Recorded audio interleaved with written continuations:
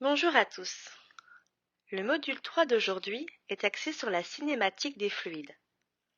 La cinématique repose essentiellement sur la notion d'espace et de temps. Cette discipline correspond à une branche de la mécanique des fluides qui décrit le mouvement du fluide et ses conséquences sans considérer la nature des forces qui provoquent le mouvement. Habituellement, la vitesse décrit l'écoulement. Mais la cinématique des fluides traite de la description du mouvement des fluides sans forcément tenir compte des forces et des moments qui provoquent le mouvement. Dans ce module, nous introduisons plusieurs concepts cinématiques liés aux fluides en écoulement. Voici les objectifs de ce module pour aujourd'hui. Pour débuter, nous verrons comment décrire les écoulements de façon graphique. Par la suite, nous verrons comment visualiser et classer les différents types d'écoulements. Nous parlerons aussi de l'accélération des fluides, de l'équation d'Euler et de celle de Bernoulli, nous permettant de décrire les mouvements de différents fluides de manière précise. La cinématique de l'écoulement des fluides traite du mouvement des particules fluides sans tenir compte de la source qui produit le mouvement. En mécanique, il existe deux points de vue différents dans l'analyse des problèmes.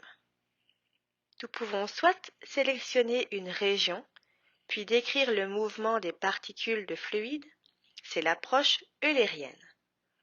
Ou alors, on peut sélectionner un corps de particules fluides, puis décrire le mouvement de ce corps, c'est l'approche lagrangienne.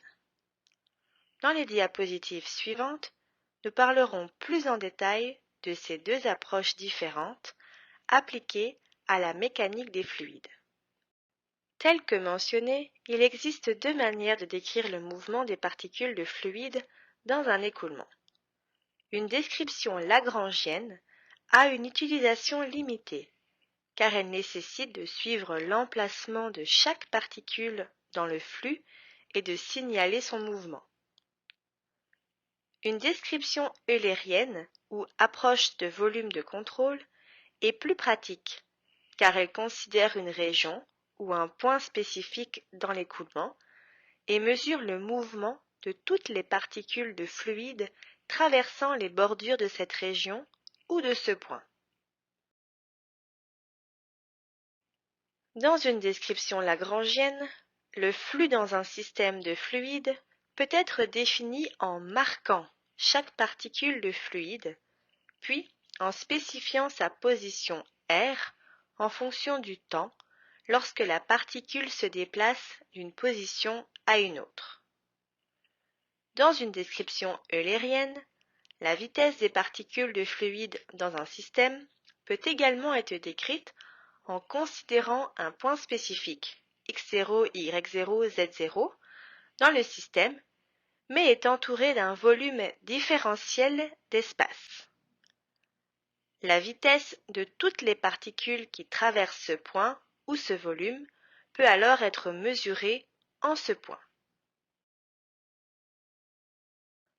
En mécanique des fluides, cependant, il est très difficile de tenir compte de la position de chaque particule dans le système d'un instant à un autre, puis de mesurer les vitesses de toutes les particules lorsqu'elles se déplacent et modifient la forme du système. Pour cette raison, la description lagrangienne a une utilisation très limitée en mécanique des fluides. Néanmoins, on l'utilise pour certaines applications car elle permet de donner un aperçu de changement de géométrie du système.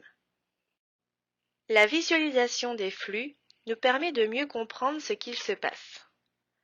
C'est utile non seulement dans les expériences, mais aussi pour les résolutions numériques.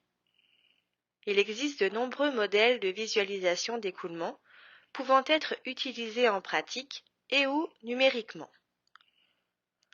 Pour une analyse d'écoulement, on utilise surtout les lignes de courant ou les tubes de courant, tandis que pour les expériences, on préférera utiliser des lignes de trajectoire et des lignes de stries ainsi que des méthodes optiques. Avant de passer à la théorie sur la visualisation des flux, regardons ensemble cette vidéo. Lorsqu'un fluide s'écoule, chacune des particules a une vitesse unique. En principe, il est possible de dessiner ce champ de vitesse. Voici un exemple d'eau circulant autour d'un cylindre.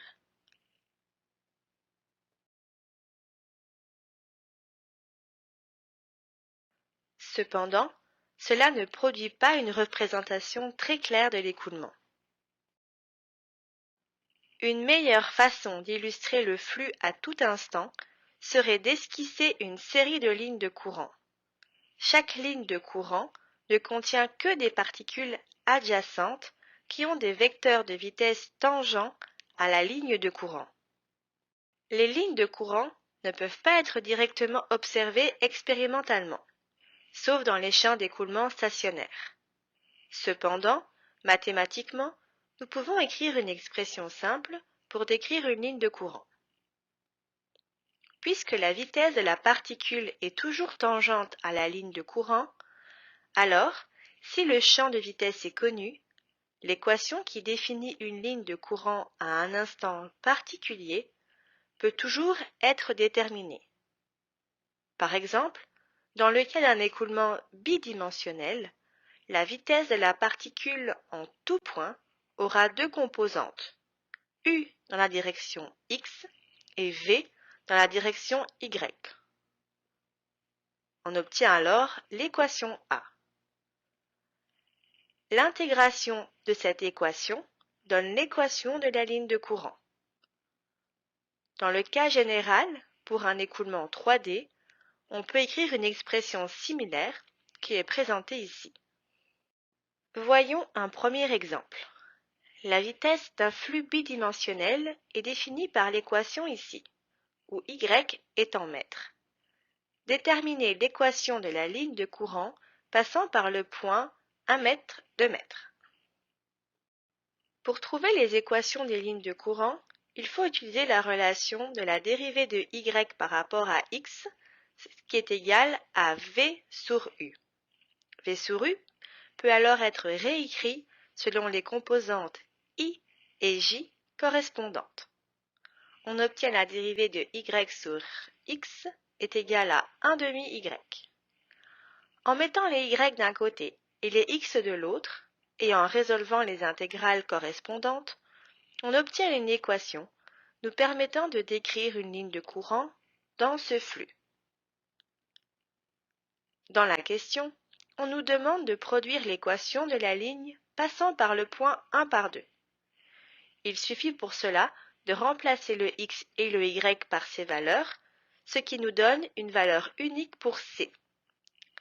L'équation pour cette ligne de courant est donc y au carré égale à x plus 3. Pour certaines analyses, il est pratique de considérer un ensemble de lignes de courant qui entourent une région particulière de l'écoulement. Un tel groupement circonférentiel est appelé un tube de courant.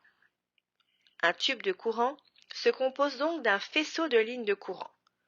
Pour mieux visualiser, prenons un câble Internet. Celui-ci se compose d'un faisceau de câbles à fibre optique, si vous avez la fibre. Par définition, puisque les lignes de courant sont partout parallèles à la vitesse locale, le fluide ne peut pas traverser une ligne de courant. En outre, le fluide à l'intérieur d'un tube de courant doit y rester et ne peut pas traverser la limite du tube du courant. La trajectoire d'une particule est définie comme étant le chemin suivi par cette particule au cours du temps. Pour obtenir une trajectoire expérimentale, une particule peut être libérée dans le flux d'écoulement et on peut prendre une photographie dans le temps pour suivre son évolution. La ligne sur la série photographique représentera alors la trajectoire de cette particule. Mathématiquement, il est possible d'obtenir une équation qui décrit la trajectoire des particules si nous connaissons les composantes de sa vitesse U et V. Ainsi, en intégrant U et V par rapport au temps, on obtient les équations décrivant leur trajectoire en fonction du temps. Ce concept peut aussi être appliqué pour une analyse en 3 dimensions. Voyons un exemple ensemble. Un fluide a des composantes de vitesse de U et de V, où X et Y sont en mètres et T en secondes. Déterminez la ligne de trajectoire qui passe par le point 2 par 6 au temps T à 2 secondes. Tracez cette trajectoire pour X allant de 0 à 4 mètres. Débutons avec la composante U. Le rapport du mouvement sur le temps donne la vitesse. Donc on commence avec la dérivée de x sur t qui nous donne u. Nous connaissons déjà une expression pour u, celle-ci étant donnée dans l'énoncé. Il s'agit dès lors d'intégrer cette expression en fonction de x d'un côté et en fonction de t de l'autre. Les bornes d'intégration sont déterminées dans l'énoncé et on mentionne que la ligne passe par le point 2, 6. Autant t égale à 2. Il faudra donc s'assurer d'inclure ces valeurs dans les bornes d'intégration afin de trouver la bonne ligne de courant. Le processus est similaire pour la composante y. En fin de compte, on trouve une expression de x selon t et une autre expression de y selon t. En les combinant, il est possible de récupérer une expression pour y en fonction de x, ce qui nous permettra de tracer la ligne de courant sur un plan cartésien. Si de la fumée est libérée en continu dans un gaz, ou si un colorant est libéré dans un liquide, la trace de toutes les particules entraînées avec le flux sera visible. Cette succession résultante de particules marquées, provenant toutes du même point d'origine, s'appelle une ligne striée. Elle peut être identifiée en prenant une photographie instantanée de la trace ou de l'émission de toutes les particules. Cette méthode peut être très pratique pour visualiser la trajectoire des particules dans un flux. La plupart des problèmes d'écoulement nécessitent l'analyse d'un état arbitraire de mouvement de fluide variable. Cela va dépendre de la géométrie, des conditions aux limites et des lois de la mécanique. Lorsque le champ de vitesse est représenté avec des composantes cartésiennes, la forme mathématique peut s'écrire avec l'équation 1. Ici, u est la composante x du vecteur vitesse et i est un vecteur unitaire dans la direction x. Les coordonnées x, y, z donnent la localisation spatiale dans le champ et t donne le temps. De même, les composantes v et w donnent les composantes y et z du vecteur vitesse. Une autre façon de représenter une vitesse consiste à utiliser des composantes normales et tangentielles. Voyons maintenant la différence entre un écoulement uniforme et un écoulement non uniforme. Dans un écoulement uniforme, la vitesse est constante en grandeur et en direction le long d'une ligne de courant. Dans un écoulement non uniforme, la vitesse change le long d'une ligne de courant en amplitude et ou en direction. Dans un écoulement stationnaire, la vitesse à chaque endroit de l'espace est constante dans le temps. Dans le cas contraire, on parlera d'un écoulement non stationnaire. Dans un écoulement non stationnaire, la vitesse change, au moins en certains points, dans le champ de vitesse. Lorsqu'on est en présence d'un écoulement stationnaire, c'est-à-dire dans lequel la vitesse ne dépend pas du temps, la situation se simplifie grandement. Les lignes de courant, de trajectoire et d'émission sont identiques. L'accélération est une propriété d'une particule de fluide. Elle caractérise le changement de vitesse et de direction, ou de déplacement, de la particule à un instant donné. Ainsi, la vitesse d'une particule changera en raison de son changement de position delta x. La vitesse de la particule peut également changer dans le volume de contrôle en raison d'un changement dans le temps ΔT. Par conséquent, la variation totale de la vitesse de la particule sera égale à la somme de son changement dans le temps et de son changement de position. Δx est la distance parcourue dans le temps ΔT. Si on divise cette équation par ΔT et qu'on prend sa limite, l'accélération de la particule peut s'écrire avec l'expression A.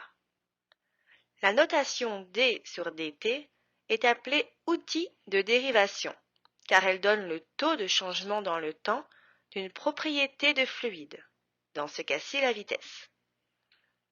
Elle fournit cette information lorsque la particule de fluide traverse le volume de contrôle. Prenons l'équation A. Le premier terme du côté droit, dérivé de v par rapport à t, indique le taux de changement de vitesse de la particule dans le volume de contrôle. C'est pourquoi on appelle accélération locale ce terme. Pour un écoulement uniforme, ce terme sera égal à 0, car la vitesse ne changera pas avec le temps à travers le volume de contrôle. Le deuxième terme du côté droit, v fois la dérivée de v par x, est appelé accélération convective, car il mesure le changement de vitesse de la particule lorsque la particule change d'emplacement, c'est-à-dire lorsqu'elle se déplace de l'entrée du volume de contrôle à sa sortie. Ce n'est que lorsque l'écoulement est uniforme, comme dans le cas d'un tuyau à section constante, que ce terme sera nul. Physiquement, l'accélération se produit uniquement lorsqu'une particule de fluide change de vitesse et ou change de sens de déplacement.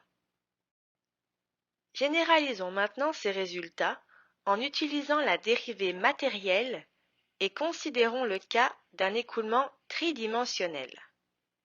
Ici, chaque particule dans le champ de vitesse a une vitesse définie comme dans la première équation du haut, où U, V et W sont les composantes x, y et z de la vitesse.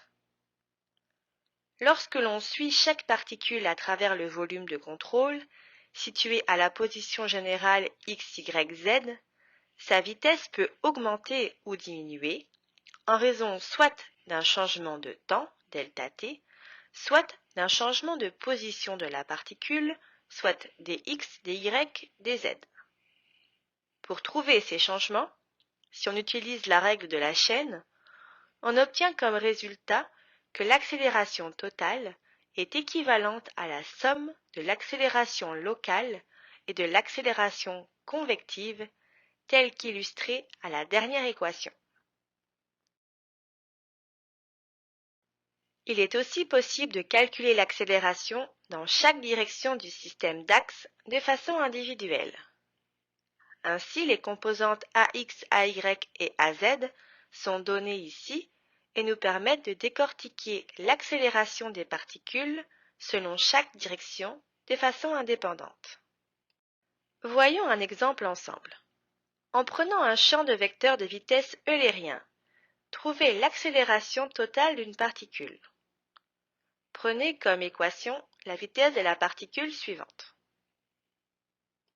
Tout d'abord, on calcule l'accélération locale, soit dv sur dt. Notez ici que nous avons un u égale à 3t, un v égale à x fois z et un w égale à t fois y au carré. En résolvant les dérivées partielles, on trouve une accélération de magnitude 3 dans la direction du vecteur unitaire i, 0 dans la direction j et y au carré dans la direction k. De la même manière, les termes d'accélération convective nous donnent 3tz fois j, 2txyz fois k et txy carré fois j. En additionnant les vecteurs i, j et k, on obtient le vecteur d'accélération totale en termes de ces mêmes vecteurs unitaires. Voyons un autre exemple. Au fur et à mesure que la valve de la figure ci-dessous se ferme, les particules d'huile s'écoulant à travers la buse le long de la ligne de courant centrale ont une vitesse de v donnée par l'équation, où x est en mètres et t est en secondes. Déterminer l'accélération d'une particule d'huile lorsqu'elle arrive à x égale 0,25 mètres pour un temps de 1 seconde.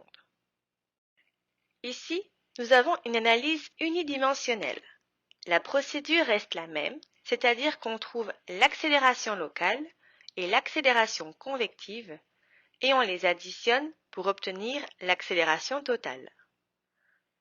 En évaluant cette expression pour un x égale à 0,25 mètres à un temps de 1 seconde, on obtient une accélération locale de moins 3,075 mètres par seconde carré et une accélération convective de 1,845 mètres par seconde carré, ce qui donne une accélération totale de moins 1,23 mètres par seconde carré.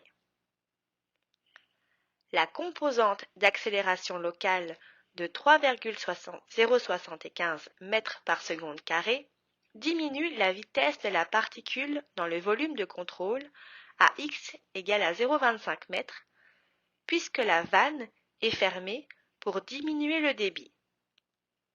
La composante d'accélération convective de 1,845 mètres par seconde carré augmente la vitesse de la particule lorsqu'elle passe à travers les gouvernes, car la buse se resserre à mesure que x augmente, ce qui entraîne une augmentation de la vitesse.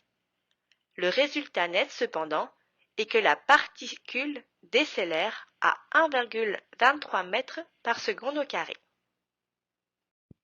Pour obtenir l'équation de mouvement d'un fluide, nous allons faire appel à la deuxième loi de Newton, qui dit que la masse d'un fluide multipliée par son accélération est égale à la force nette agissant sur ce fluide. Considérons un élément de fluide cylindrique orienté dans une direction arbitraire L et ayant une aire delta A. La présence du fluide autour de l'élément crée une force de pression. Pour le cas où le fluide est accéléré dans la direction L, tel qu'indiqué sur la figure, on obtient ces équations. La deuxième loi de Newton nous dit que la somme des forces est égale à la masse multipliée par l'accélération de la particule. Les deux forces agissant sur la particule sont la force de pression et la force de gravité. Décortiquons les éléments de cette équation un à un. La masse de la particule est donnée par la densité multipliée par l'aire delta A et la longueur delta L. En d'autres mots, cela représente la densité multipliée par le volume de la particule. La force nette due à la pression dans la direction L est donnée en multipliant la pression P par l'aire de contact delta A. Si on considère une pression appliquée de chaque côté de la particule, l'expression se simplifie pour donner F de pression est égal à moins delta P fois delta A. La force due à la gravité consiste à calculer le poids de la particule. La force de gravité étant une force verticale, il faut tenir compte de l'inclinaison du cylindre. Cela nous donne ainsi F de gravité est égal à moins gamma fois delta L fois delta A fois delta Z sur delta L.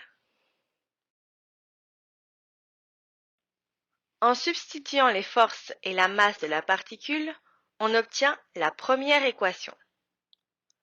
Avec quelques manipulations algébriques, il est possible d'arriver à une équation plus pratique pour calculer l'accélération linéaire à L, soit l'équation dans l'encadré jaune.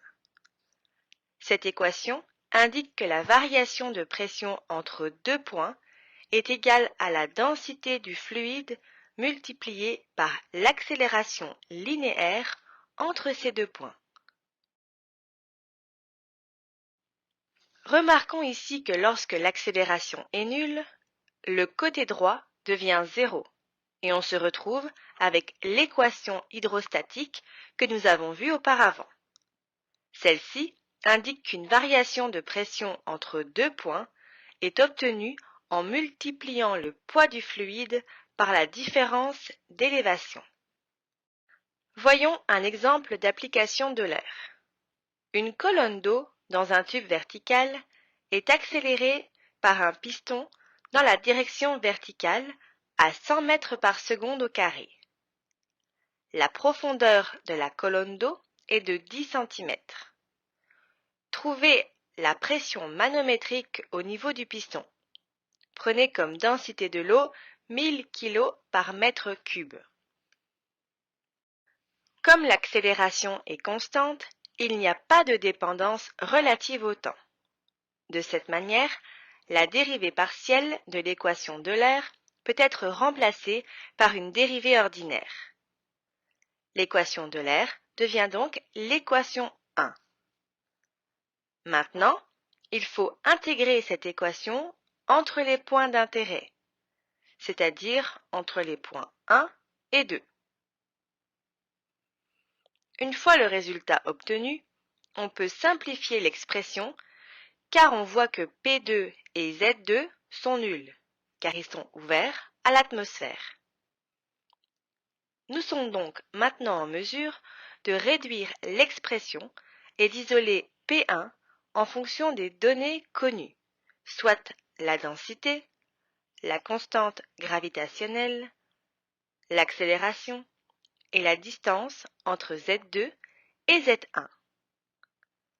En substituant toutes ces valeurs, on obtient une pression au point 1 de 10,9 kPa. Voyons un autre exemple. Un réservoir sur une remorque tirée par un camion est rempli d'essence, ayant un poids spécifique de 6600 Newtons par mètre cube. Le camion ralentit à 3,05 mètres par seconde. Si le réservoir est de 6,1 mètres de long et que la pression à l'extrémité supérieure arrière du réservoir est égale à la pression atmosphérique, quelle est la pression à l'extrémité supérieure avant? De plus, si la hauteur du réservoir est de 1,83 m, quelle est la pression maximum dans le réservoir? Toujours en se servant de l'équation d'Euler, nous allons débuter la résolution en simplifiant certains termes. Le terme gamma fois z sera nul ici car les points 1 et 2 se situent à la même élévation. De plus, notez que nous pourrons ignorer le terme P1 une fois l'intégration complétée car nous savons que la pression est à 0 à ce point-là ici. Ainsi, nous sommes en mesure d'obtenir une expression pour P2. On trouve donc que la pression au point 2 est de 12,5 kPa. Ceci est une pression manométrique, puisque nous avons assumé que la pression atmosphérique était de 0. Si nous voulons avoir la pression absolue, il suffit d'ajouter 101,3 kPa à la réponse obtenue. Intuitivement, il est facile de conclure que la pression maximale dans le réservoir se situera au coin inférieur avant. Pour ce qui est de la direction verticale, l'intégration se fait du haut du réservoir au point 2 jusqu'au bas du réservoir au point 3. L'accélération se fait seulement dans la direction horizontale, car elle est nulle dans la direction verticale. On peut donc poser le côté droit de l'équation égal à 0. Ainsi, on obtient P2 plus gamma fois Z2 égale P3 plus gamma fois Z3. Dans cette expression, seul P3 est inconnu. Il suffit simplement d'isoler P3 et de le calculer. On obtient ainsi 24,6 kPa. Voyons un dernier exemple pour ce point. Le réservoir de liquide de la figure suivante accélère vers la droite avec un fluide en mouvement de corps rigide. Calculez AX en mètres par seconde carré. Pourquoi la solution de la partie 1 ne dépend-elle pas de la densité du fluide? Et enfin, déterminez la pression relative au point A si le fluide est de la glycérine à 20 degrés. Il faut prendre un ρ de 1260 kg par mètre cube. Nous allons toujours partir de l'équation d'Euler. Considérons les points 1 et 2 tels qu'illustrés sur la figure. Remarquez qu'ici aussi, le terme gamma z va disparaître car les deux points sont à la surface libre et donc z est égal à 0 dans les deux cas. Ici, nous allons considérer les deux composantes de l'accélération, soit l'accélération du véhicule AX et l'accélération gravitationnelle G dans la direction verticale. En intégrant l'équation de l'air dans les deux directions, on se retrouve avec deux équations dont le côté gauche est égal à P2 moins P1. Si on combine ces deux équations, on peut éliminer les pressions. On se retrouve donc avec une équation dont la seule inconnue est AX. En simplifiant cette équation, on voit que AX ne dépend que de G, delta L et delta H. On obtient un AX de 1,28 mètres par seconde carré. De toute évidence, la solution A est purement géométrique et n'implique pas la densité du fluide. Pour la partie C, il faut considérer le point inférieur gauche. On peut calculer la pression à ce point uniquement en considérant la gravité. Donc, nous avons PA égale à ρ fois G fois delta Z, ce qui donne une pression manométrique de 3,46 kPa. Nous savons par expérience que lorsqu'un verre rempli d'eau tourne autour d'un axe, le fluide est poussé vers l'extérieur en raison de la force dite centrifuge, même s'il serait plus correct de parler d'accélération centripète. La surface libre du liquide devient concave. C'est ce qu'on appelle le mouvement de vortex forcé. Si un liquide est placé dans un récipient cylindrique qui commence à tourner à une vitesse angulaire constante oméga, la contrainte de cisaillement développée dans le liquide le fera tourner avec le récipient. La rotation angulaire constante oméga du système cylindre liquide produit cependant une différence ou un gradient de pression dans la direction radiale causée par l'accélération radiale des particules de liquide. Cette accélération est le résultat du changement de direction de la vitesse de chaque particule. Pour appliquer l'équation d'Euler, on commence par considérer la direction normale aux lignes de courant et on va vers l'extérieur depuis le centre de rotation. Dans ce cas de figure, les particules de fluide tournent comme les rayons d'une roue, et donc la direction L dans l'équation d'Euler est remplacée par R, ce qui donne l'équation en termes d'accélération radiale.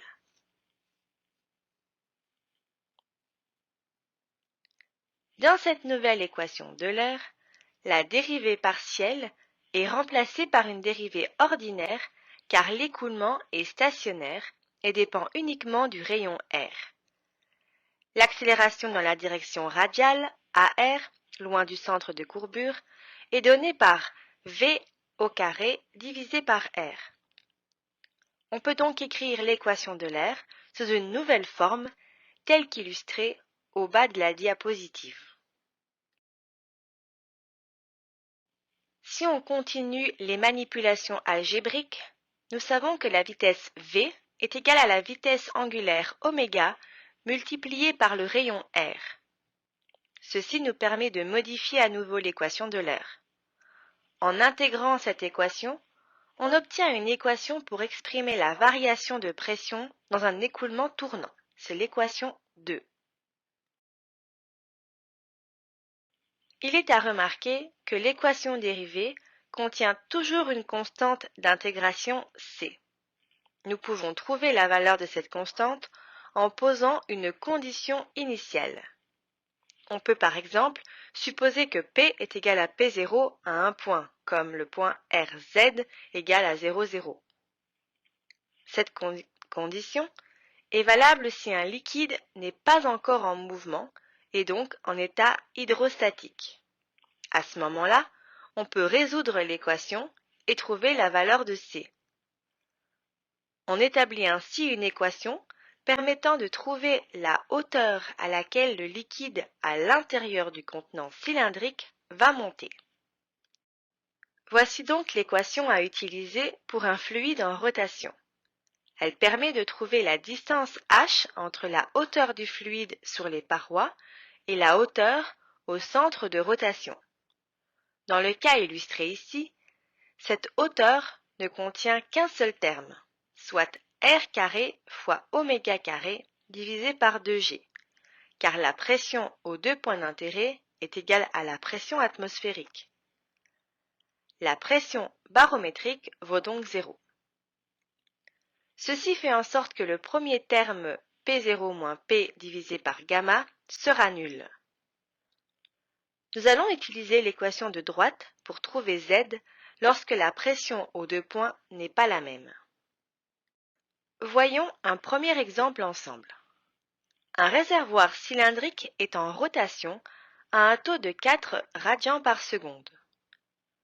Le diamètre du réservoir est de 0,5 m.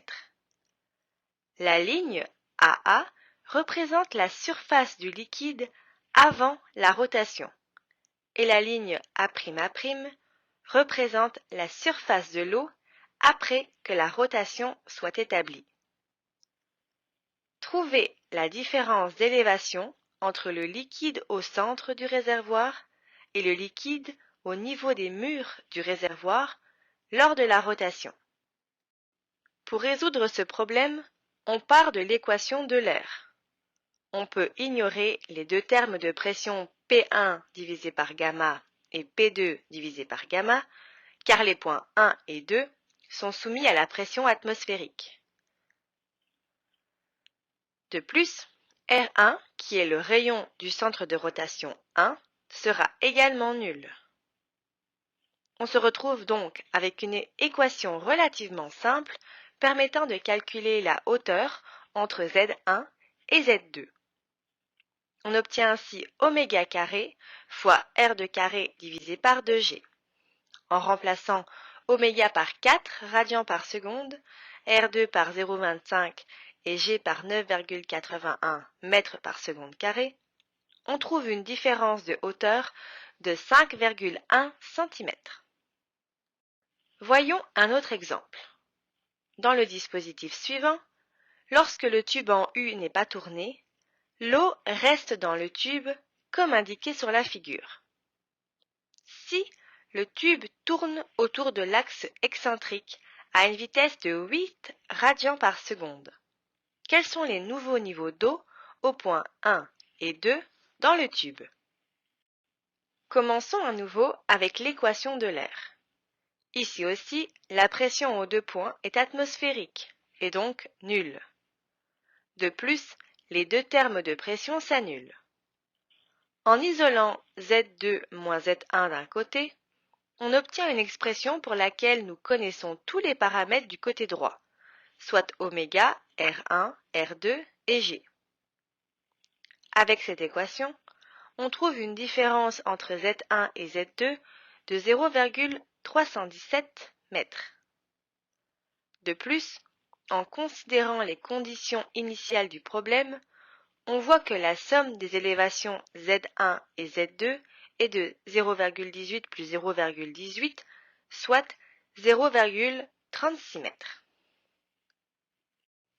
Voyons un dernier exemple pour un fluide en rotation. La tasse à café de la figure ci-dessous est placée sur un plateau tournant et tourne autour de son axe central jusqu'à ce qu'un mode de corps rigide se produise. Trouvez la vitesse angulaire qui amènera le café à atteindre le bord de la tasse et la pression relative au point A pour cette condition. La tasse contient 7 cm de café à son état initial. La distance restante de 3 cm pour que le café atteigne le bord de la tasse doit être égale à la distance h divisé par 2. On obtient donc un 0,03 et h vaut donc 0,06 m. En suivant le même raisonnement que dans les deux exemples précédents, on peut exprimer h en termes de rayon r, de vitesse angulaire oméga et d'accélération gravitationnelle g. Il devient alors facile d'isoler oméga et de trouver une vitesse de 36,2 radians par seconde ou 345 radians par minute. Pour ce qui est de la pression dans le coin en bas à gauche de la tasse, soit au point A, nous allons utiliser l'équation de l'air sous une forme nous permettant de trouver facilement la pression P selon la profondeur et la distance par rapport au centre de rotation. Dans le cas du point A, il se trouve à une distance horizontale de 3 cm du centre de rotation, ainsi qu'à une profondeur de 4 cm par rapport au point le plus bas dans le liquide, identifié comme le point 0 sur la figure. Ainsi, en substituant tous les paramètres connus, ainsi que la pression au point 0, qui est égale à 0, nous obtenons une pression barométrique de 990 pascal au point A. Pour terminer ce module, voyons comment développer une des équations les plus importantes en mécanique des fluides, soit l'équation de Bernoulli. Commençons par sélectionner une particule se déplaçant sur une ligne de courant et appliquons l'équation de l'air dans la direction UT, soit dans la direction tangente à la vitesse à ce point. En substituant l'équation de la particule par V fois dV sur ds, soit par la relation qui est démontrée à droite de la diapositive, et en intégrant cette nouvelle équation, on obtient une expression à 3 termes qui décrit la pression totale en un point donné. Cette pression contient 3 éléments. Un élément de pression P, un élément d'élévation Z et un élément de vitesse V. La somme de ces 3 termes est constante pour une particule donnée. Il s'agit ici d'une conclusion très importante qui va nous permettre de faire un lien direct entre la même particule ou un même ensemble de particules lorsque celle-ci se déplace d'un endroit à un autre lors d'un écoulement. On peut aussi écrire l'équation de Bernoulli sous forme de charge. C'est la forme la plus communément rencontrée et celle la plus utilisée dans ce cours. Lorsqu'on veut exprimer la charge totale ou l'énergie totale d'une particule, on parlera de 3 sources. Les 2 premières sources proviennent de la pression hydrostatique et de l'énergie potentielle ou d'élévation de la particule. La somme de ces 2 premiers termes est appelée charge piézométrique, car c'est une charge hydrostatique. Cela ne dépend donc pas du mouvement de la particule.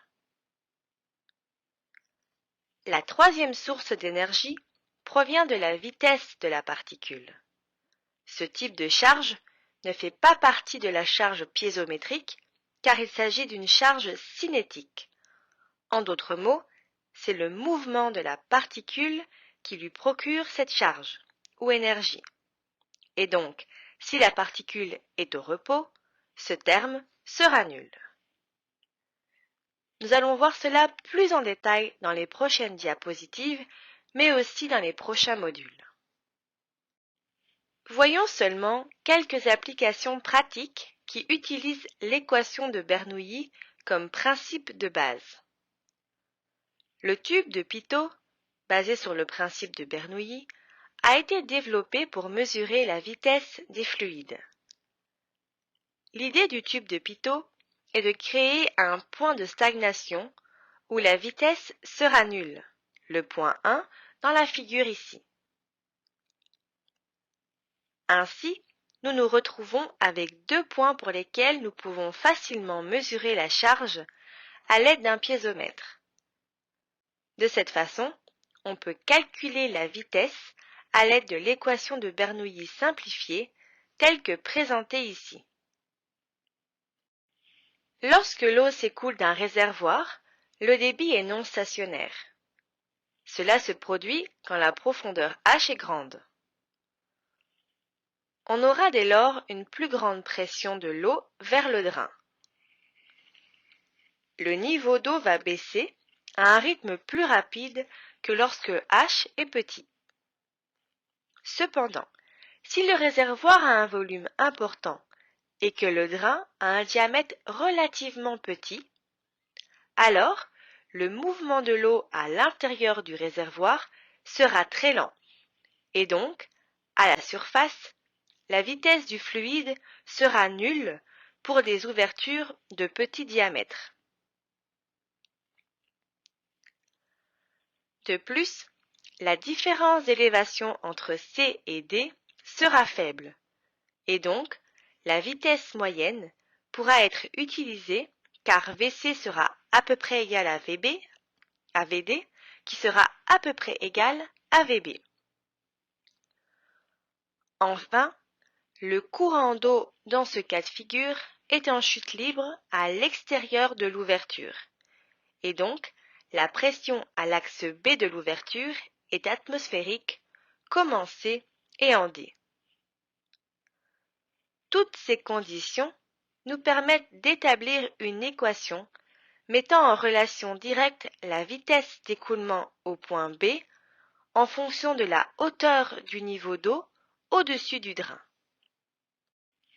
Une autre application de l'équation de Bernoulli survient lorsqu'un fluide s'écoule autour d'un obstacle. À ce moment-là, l'énergie du fluide sera transformée d'une forme à une autre. Considérons la ligne de courant horizontale qui coupe l'avant de la surface courbe de la figure. Puisque B est un point de stagnation, les particules de fluide se déplaçant de A à B doivent décélérer. La vitesse en B devient momentanément nulle avant que le flux ne commence à se séparer, puis à se déplacer le long des côtés de la surface. Cela ressemble beaucoup au tube de Pitot, mais un des deux points, le point de stagnation B, a une vitesse nulle. On pourra ainsi calculer la pression au point B, appelée pression de stagnation, à l'aide des termes de pression et de vitesse au point A. Ceci nous permet d'estimer la force exercée sur l'obstacle au point B. Cette relation peut s'avérer très pratique si, par exemple, nous avons un pilier de pont au point B et qu'on souhaite savoir quelle sera la magnitude de la force qu'il devra résister. Cette information est primordiale pour la conception du pilier. Ici, la pression PB est appelée pression de stagnation car elle représente la pression totale exercée par le fluide au point de stagnation. La pression PA est une pression statique car elle est mesurée par rapport au débit. C'est un peu ce que ressentirait un nageur immergé dans une rivière qui coule. Enfin, l'augmentation de pression ρ fois VA au carré divisé par 2 est parfois appelée pression dynamique car elle représente la pression supplémentaire nécessaire pour amener le fluide du repos à B. Les ingénieurs en structure utilisent cette pression pour déterminer les charges de vent sur les bâtiments. Une méthode pour déterminer la vitesse d'un liquide en mouvement dans un canal ouvert, tel qu'une rivière, consiste à immerger un tube coudé dans le courant et à observer la hauteur h à laquelle le liquide va monter dans le tube. Un tel dispositif est appelé tube de stagnation ou tube de Pitot. Nous en avons déjà parlé précédemment. Pour montrer comment cela fonctionne, considérons deux points A et B situés sur la ligne de courant horizontale. Le point A est en amont dans le fluide, où la vitesse d'écoulement est VA et la pression statique est de PA égale gamma fois D. Le point B est à l'ouverture du tube. C'est le point de stagnation car la vitesse d'écoulement a été momentanément réduite à zéro en raison de son impact avec le liquide à l'intérieur du tube. Le liquide à ce point-là est soumis à la fois à une pression statique en raison de sa profondeur D et à une pression dynamique car l'écoulement a refoulé du liquide supplémentaire plus haut sur le segment vertical jusqu'à une hauteur h au-dessus de la surface du liquide. Ainsi, la pression totale du liquide en B vaut Pb égale gamma fois D plus H. En simplifiant l'équation obtenue, nous pouvons calculer la vitesse d'écoulement au point A simplement en mesurant la hauteur h au-dessus du niveau de l'eau. Voyons un premier exemple d'application d'équation de Bernoulli. Déterminez la vitesse moyenne de l'écoulement de l'eau dans le tube de la figure suivante et la pression statique et dynamique au point B. Le niveau d'eau dans chacun des tubes est indiqué.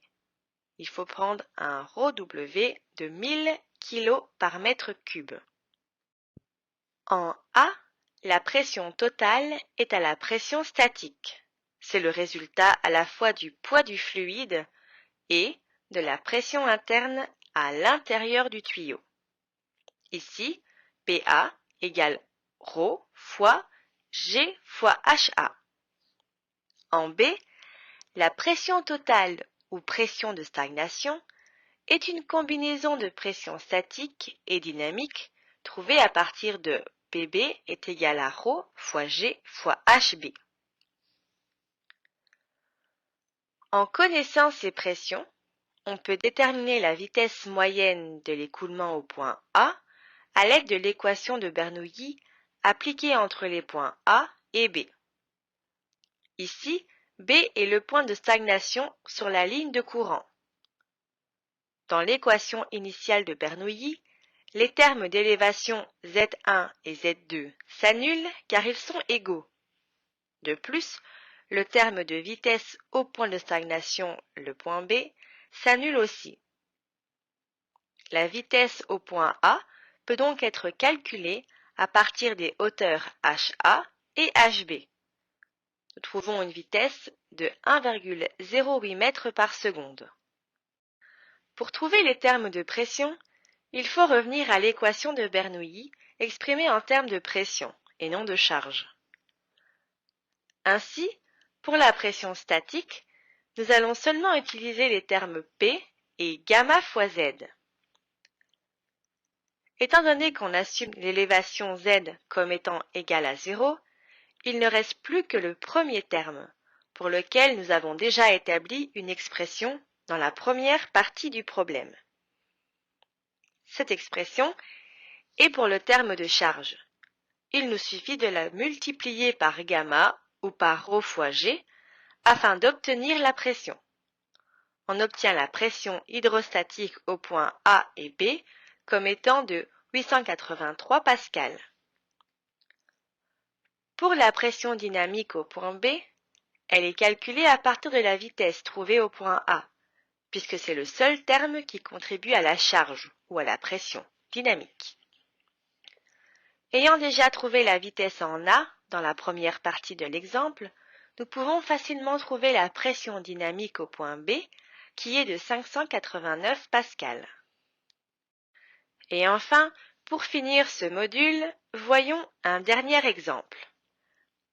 Des tubes piézométriques sont attachés à un tube de Venturi. Le liquide est incompressible.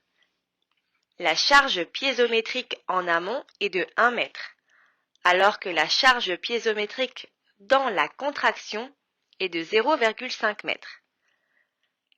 La vitesse dans la contraction est 2 fois plus importante que la vitesse en amont. Trouvez la vitesse dans la contraction. Toujours en partant de l'équation de Bernoulli, il est possible ici de simplifier en remplaçant la vitesse au point 1 par la moitié de la vitesse au point 2. C'est en effet la relation entre ces deux vitesses qui nous a été donnée dans l'énoncé.